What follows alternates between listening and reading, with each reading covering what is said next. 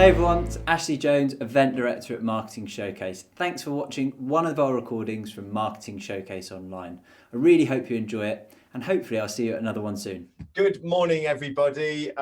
First talk of the day, as I like to try and make it exciting. So this is a new talk, as Ash has said, and I'm going to warn you, I sometimes start with my delivery might be a little bit shaky, but the content's actually really good.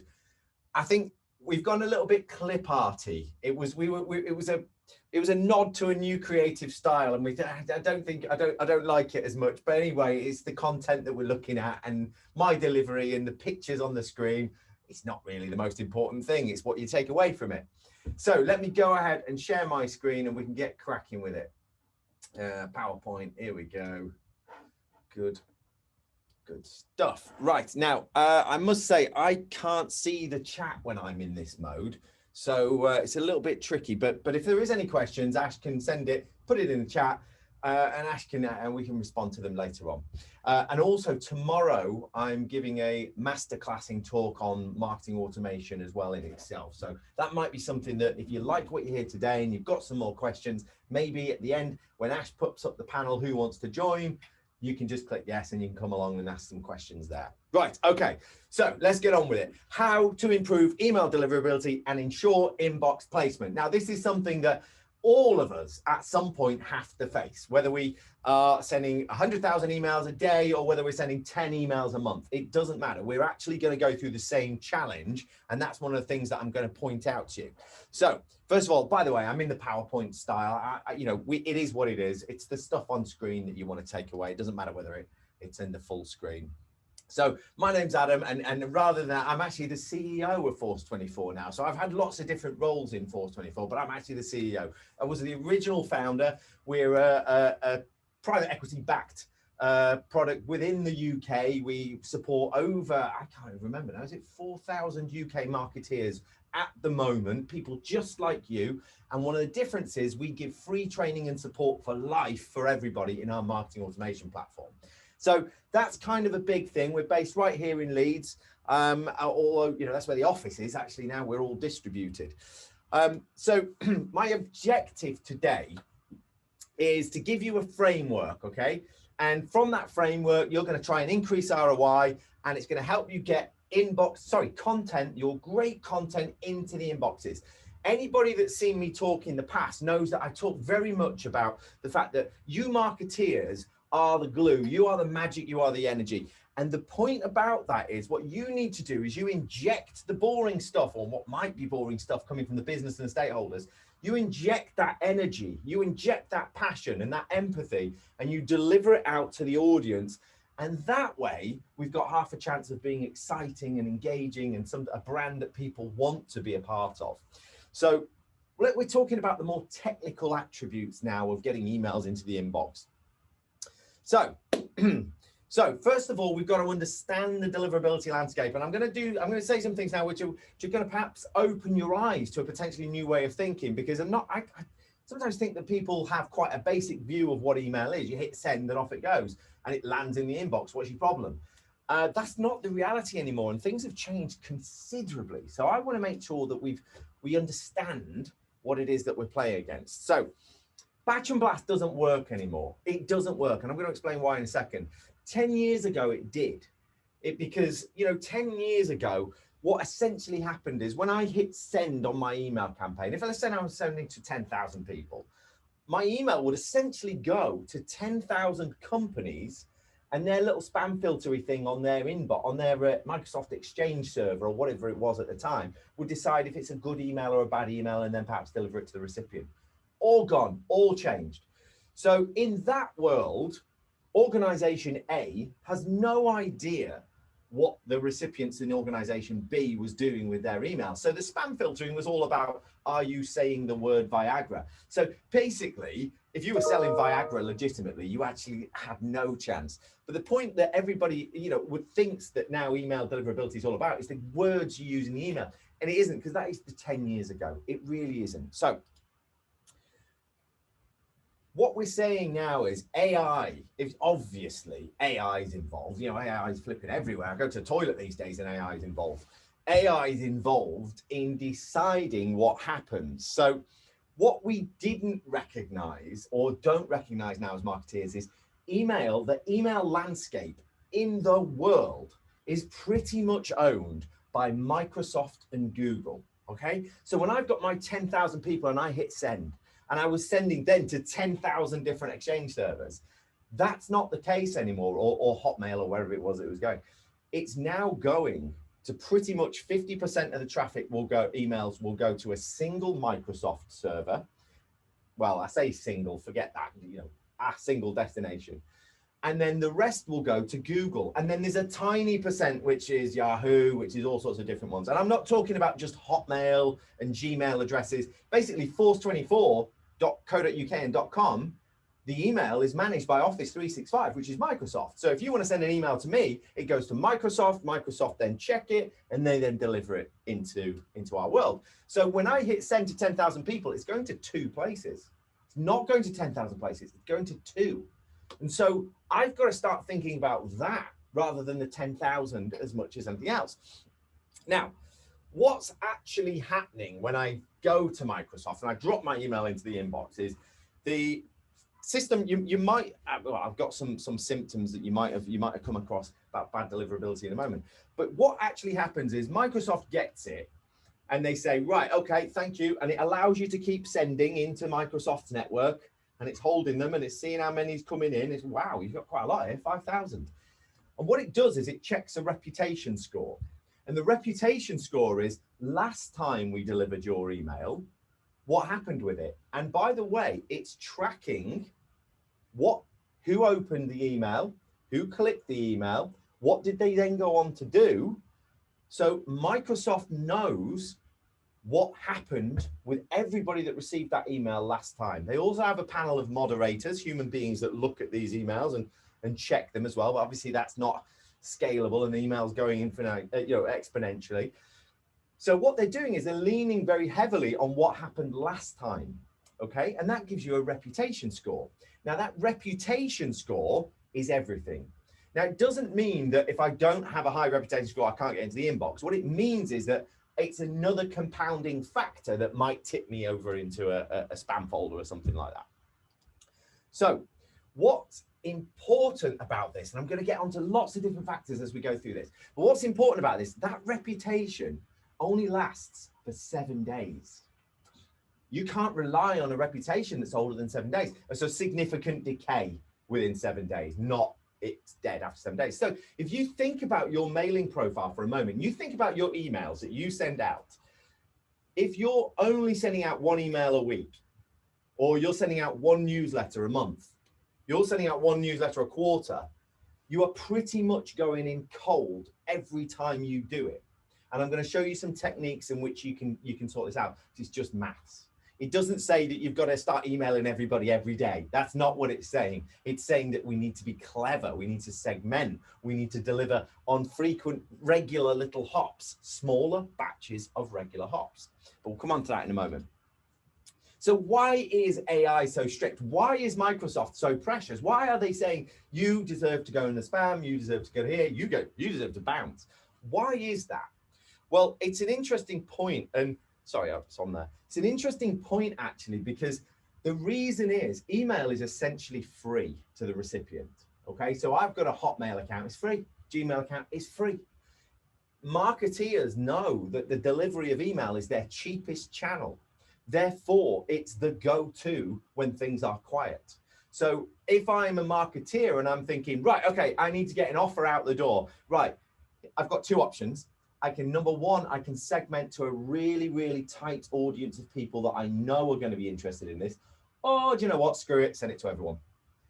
Because that segment is in that segment, so I might as well, it doesn't cost me any more money or whatever. And that is fundamentally wrong.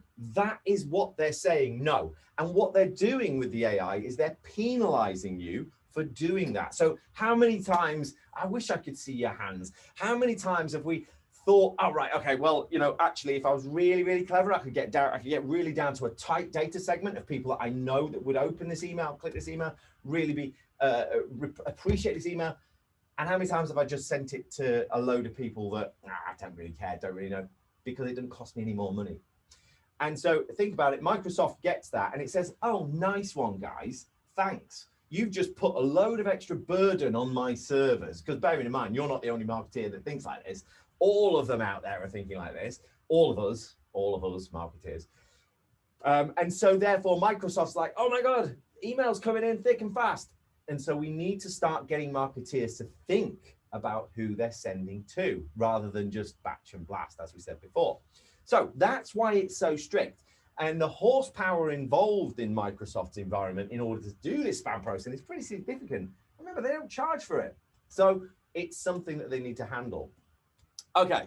So one of the things, this is an interesting point, actually. So this is the clip arty bit. I was like, oh, I don't really like this, but anyway, it is what it is. How can you tell? How do you know? Well, obviously you got low open rates, low engagement, but another one that's important is bot traffic.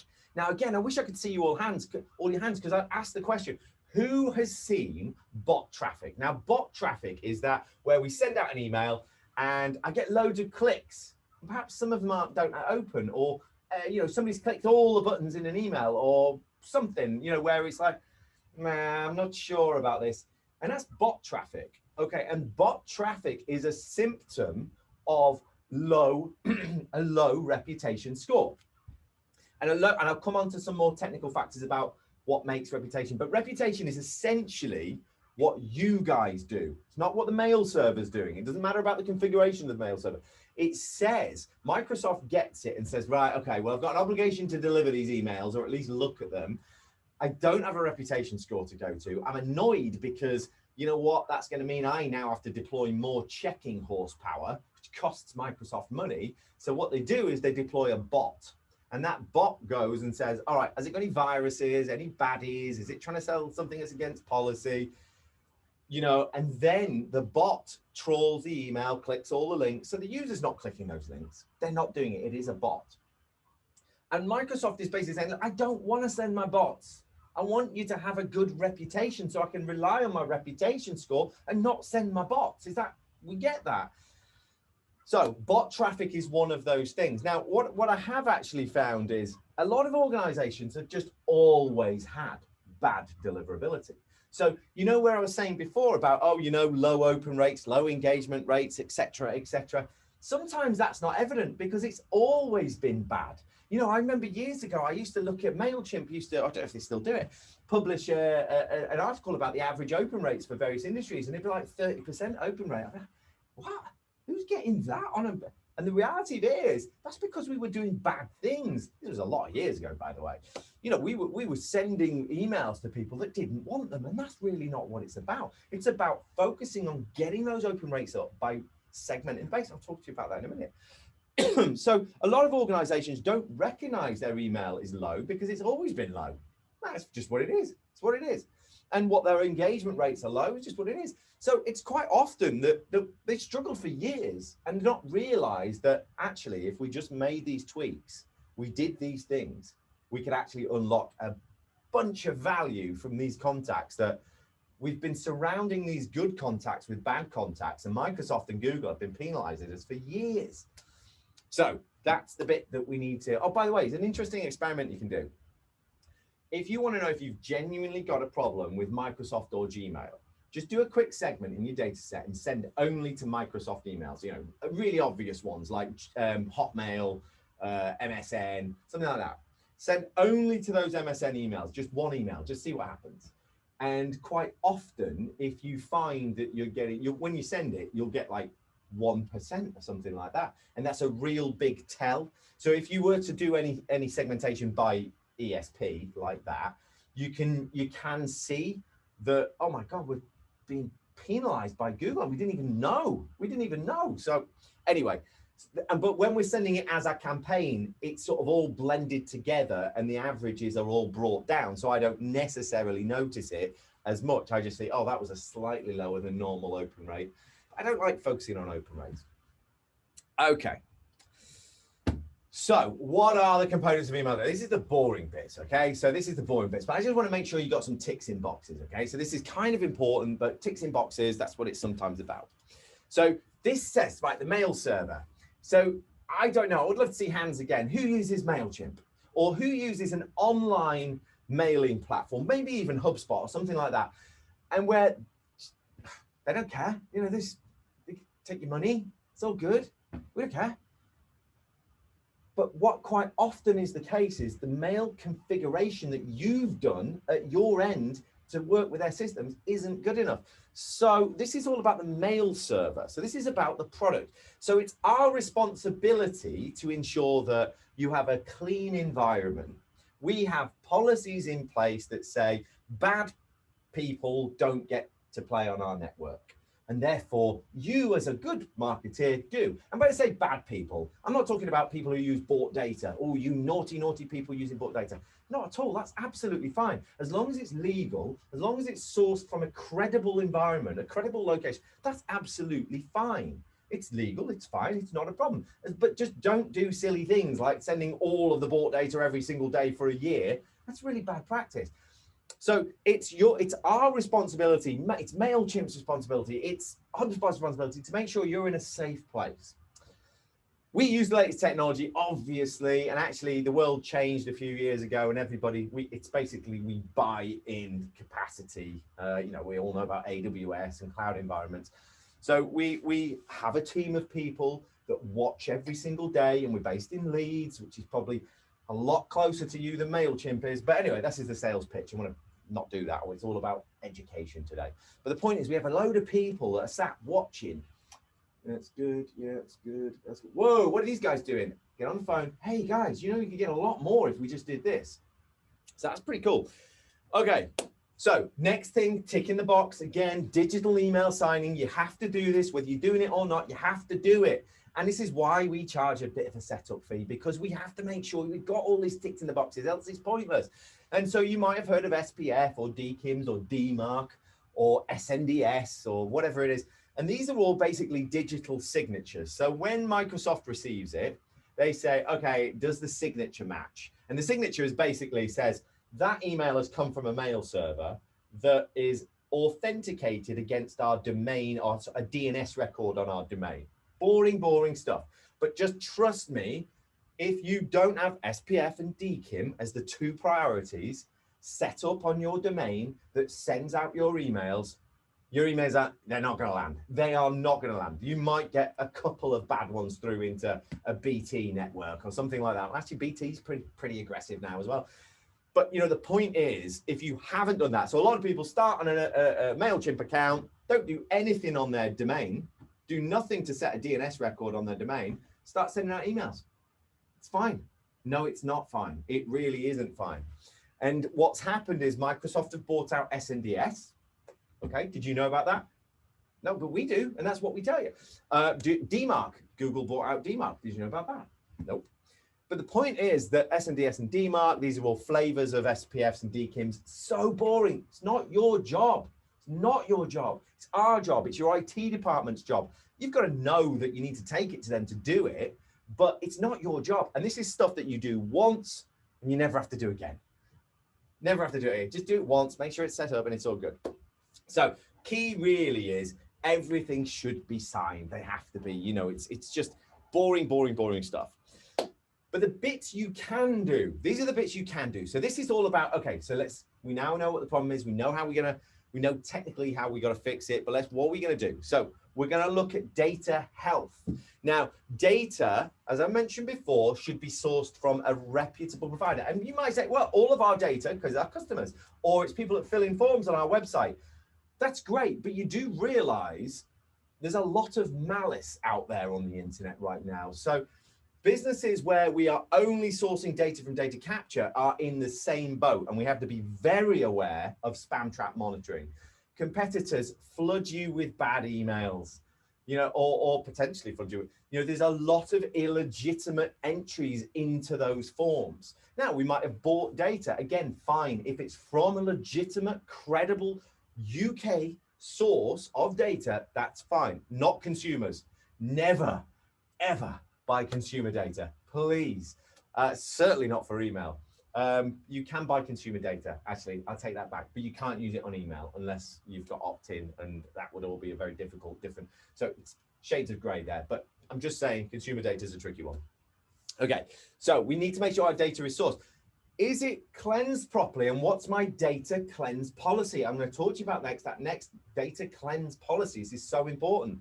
Bounce information, what happens is it's stored. So quite often what we see is we've got a really smart HubSpot integration or a really smart Dynamics integration with digital, what they call these days, mailer, digital, yeah. We've got a really smart, but here's a problem that we see literally 90% of the time. I send out a load of emails as a marketeer. Some of them bounce because they're bad. CRM integration then updates it because one of the sales guys has just spoken to the guy on the phone.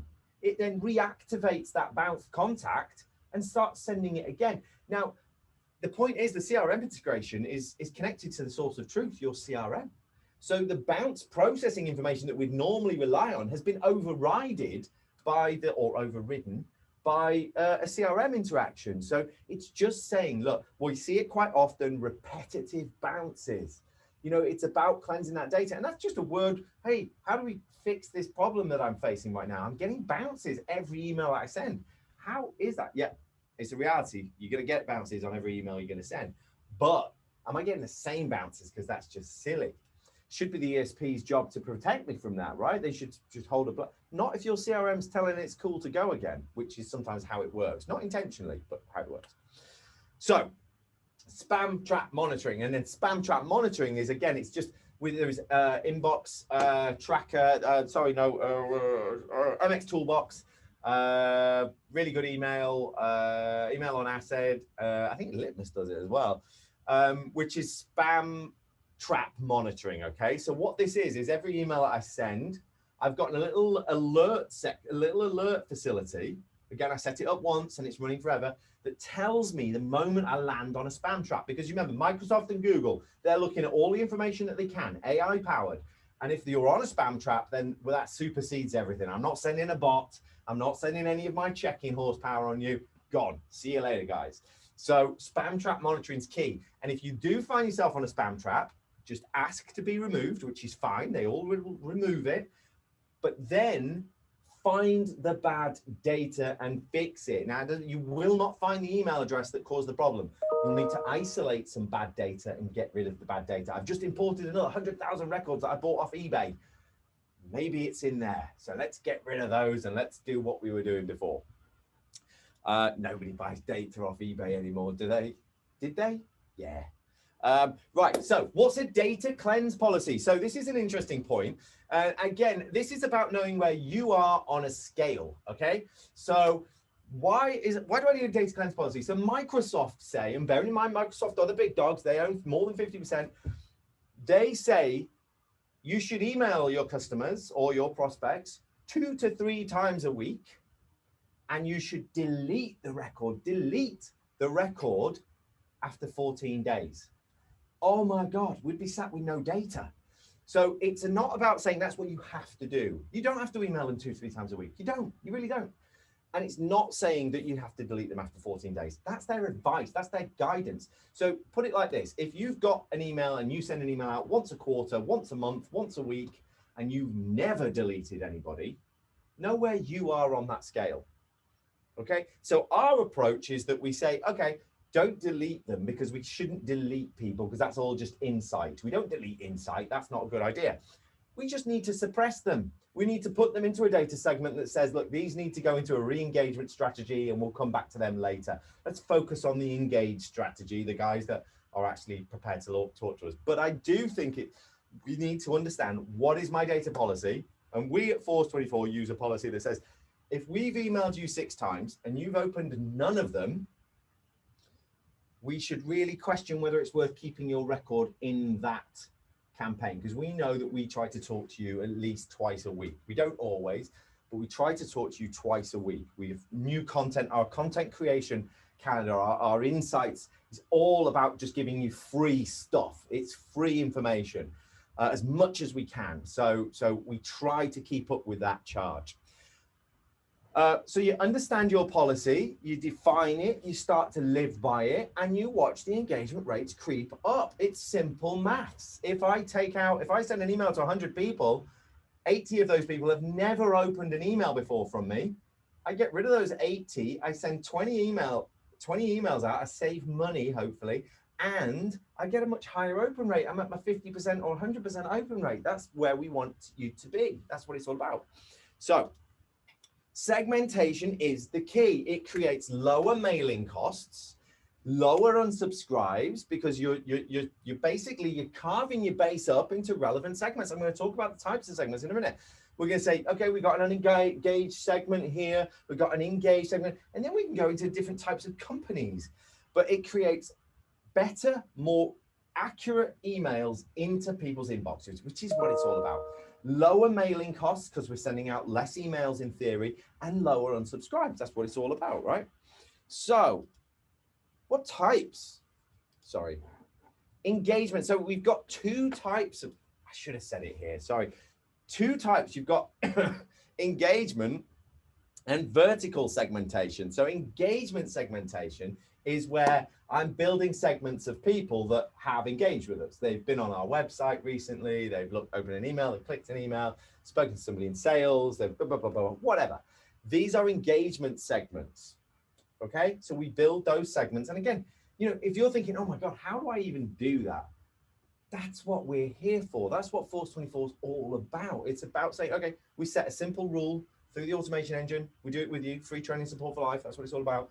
And then you never have to do it again. It's just always just refreshing all your data segments, your engagement segments. And so these should consider things like when people have engaged, what have they been engaging with? And is now a good time to send them an email about something that we've just that you've just looked at? So this is about triggered retargeting and content personalization. So if I know more about your life stage in the buying cycle, have you just arrived or are you in a very in-depth talk with one of our sales guys? It might flavor what content I send to you.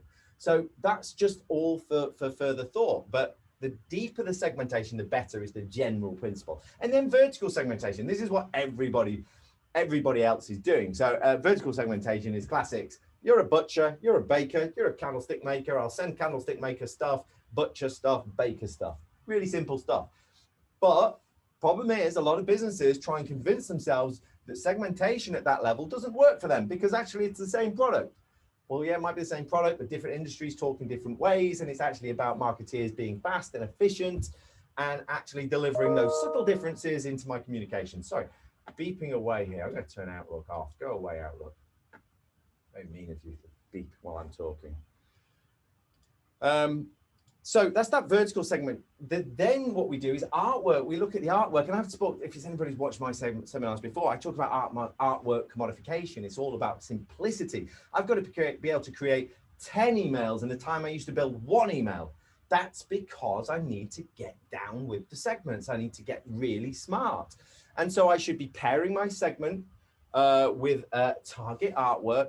I should be engaging. You know, this is what I talk about more than anything. It's like, yeah, we can do all of those ticks in the boxes, but if my email is boring, if I look at it and think, oh God, I wouldn't engage with that, I'm not proud of that, I'm glad I'm not on stage here, you know, then nobody's going to receive it. It's still beeping. How? Anyway, nobody in your audience base is going to receive it and enjoy it either. So don't overburden the email. This is another thing that I'm really, really passionate about. People say newsletters. We send out one newsletter a month.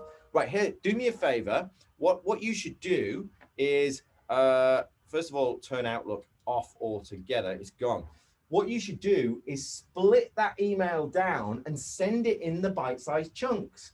Don't send 10 things. It should be one button, 10 words. Again, Microsoft's recommendation, not ours. So if I'm sending an email newsletter out with 10 articles on it, number one, why? Who's going to read article number 9? Nobody. So why is it on there?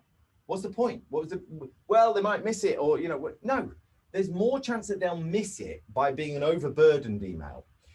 Should be short, simple, relevant. Split the communications down. I don't do a newsletter tweet. I don't do a newsletter Facebook post or LinkedIn post. I keep it succinct, don't I? And that's what it's all about. Why is that? Well, Facebook doesn't let you, Twitter doesn't let you, LinkedIn lets you get a bit verbose, but you wouldn't do it, would you? Because you deliver news in a timely fashion. Imagine if you logged onto the news once a month and saw 100 articles. No, you get up every morning and there it is. Okay, so say one thing and say it well. That is the key. Break your communications down. If you're saying 2 things on an email, it's because you didn't break the segmentation up, and you should talk to them more frequently. It overburdens the marketeers. It's time to wrap up. I'm here. You overburden the marketeers, so make it very, very simple, make it very clean, and that enables you to get a better reputation because it's relevant content. People are opening it, people are clicking it, and all of a sudden, reputation score goes up. But one thing I do want to show you is this one. What bad looks like. So this is me, this is time. This is me sending a big email once every blue moon. Yeah, this is what good looks like.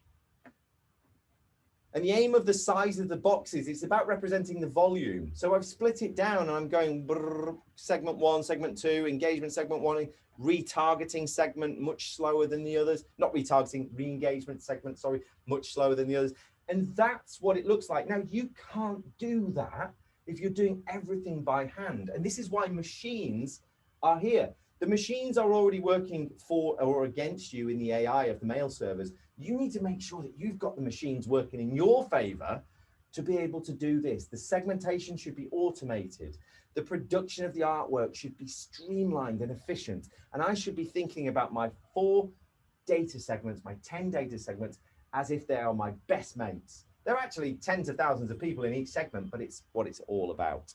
So listen, I actually pretty much nailed that. I know Ash is probably not going to agree with my timing there. Just in the background having a mild heart attack thinking, are we going to keep to timing for this? But look, the good news is only 2 slides that I don't actually think were that important were missed. So oh look, there you go. So and you've done exactly that. I had a few people in the chat asking whether they could get hold of the slides. So just hold your phone up to that QR code and you'll be able to download that. Perfect. Adam, thank you so much. And whilst we have gone over slightly, and before people leave, I just want to pop the poll that you were talking about at the start up to give people a chance to register for our marketing automation masterclass, which is taking place tomorrow between 11:30 and 12:30.